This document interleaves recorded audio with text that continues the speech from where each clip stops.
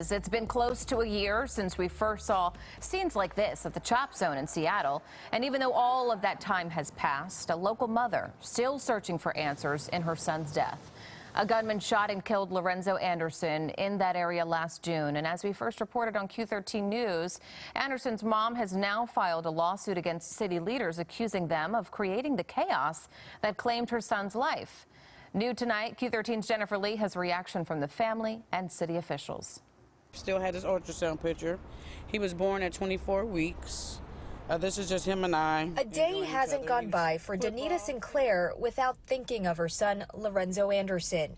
Why was the CHOP even present without security? Why would we have this type of event and we would evacuate our precinct? I mean, so what was that about? What was that environment set up for? Sinclair believes the city failed to protect her son after police abandoned the East Precinct last summer.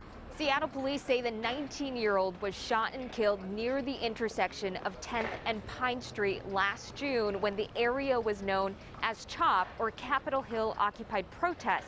The family's lawyer is claiming that the city created this dangerous environment and also failed to provide medical help. City officials can't have it both ways. One day they're saying that it's a summer of love and a block party, and the next day they're saying it's too dangerous for police and medics to even go into CHOP. So which is it? In the days following the shooting, Seattle police released body cam footage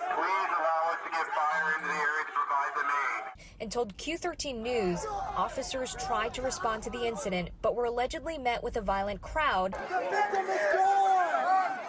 that prevented them from reaching Anderson. Medics with the fire department said they would not enter that area without police. I'm deeply regretful that he was shot and killed.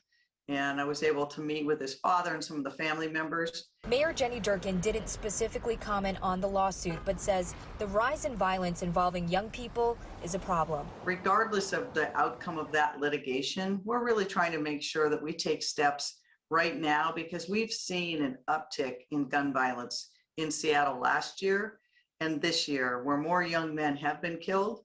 And we want to make sure that we respond appropriately as a community to every one of those shootings. Seattle police identified the suspect as Marcel Long. The 19-year-old is still at large and wanted on a first-degree murder charge. Crime Stoppers is offering a $1,000 reward for any information that leads to his arrest. As for that lawsuit, the Seattle City Attorney's Office says it will investigate the claims against the city and defend it. Justice will be served. Somebody will be held accountable. And I just hope that they just do the right thing. In Seattle, Jennifer Lee, Q13 News. And we want to give you another look at that suspect here who's wanted for murder. This is Marcel Long. He's described to be 5'9" and weighs about 215 pounds. If you know where Seattle police detectives can find him or how to get in touch with him, please submit a tip through the P3 Tips app on your cell phone or call Crime Stoppers at 1-800-222-TIPS. And remember, all tips can and will stay anonymous.